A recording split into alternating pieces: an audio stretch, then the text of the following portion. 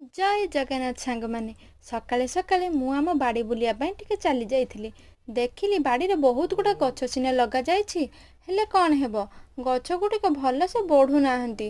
ସାର ବିଷ ସବୁ ତ ଦିଆଯାଉଛି, ହେଲେ କ'ଣ ପାଇଁ କେଜାଣି ଏ ଗଛ ଗୁଡ଼ାକ ବଢ଼ୁନାହାନ୍ତି। ବୋଧେ ସେ ଆମ ଘର ଉପରେ ଟିକେ ରାଗି ଯାଇଛନ୍ତି ନା କ'ଣ। ହେଲେ ଆମର ପ୍ରଥମ ଫୋକସ୍ ଥିଲା କାକୁଡ଼ି ଗଛ ଉପରେ। ଗଣେଶ ପୂଜା ଆଗକୁ ଆସୁଥିଲା ତ, ସେଥିପାଇଁ ବୋଉ ଆମର କାକୁଡ଼ି ତୋଳି ପକେଇଲେ। ଦେଖନ୍ତୁ ଏତିକି କାକୁଡ଼ି ବାହାରିଲା।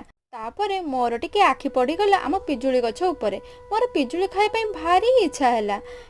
ମୋ ପାଖରେ ରାନୀ ଥିଲେ, ସେ କହିଲେ ଭାଉଜ ବ୍ୟସ୍ତ ହୁଅନି, ତମ ପାଇଁ ମୁଁ ପିଜୁଳି ତୁଳି ଆଣିବି, ତମେ ଖାଇଦେବ। ମୁଁ କହିଲି ହଉ ଠିକ୍ ଅଛି, ଜଲ୍ଦି ଯାଅ ନା ପିଜୁଳି ଆଣିବା ପାଇଁ। ଆକ୍ଚୁଆଲି ତାଙ୍କ ନାଁ ରାନୀ।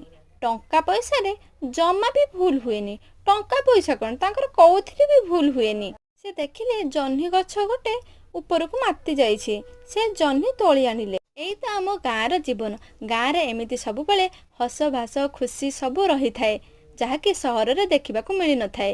ଆରେ ଆରେ ଦେଖନ୍ତୁ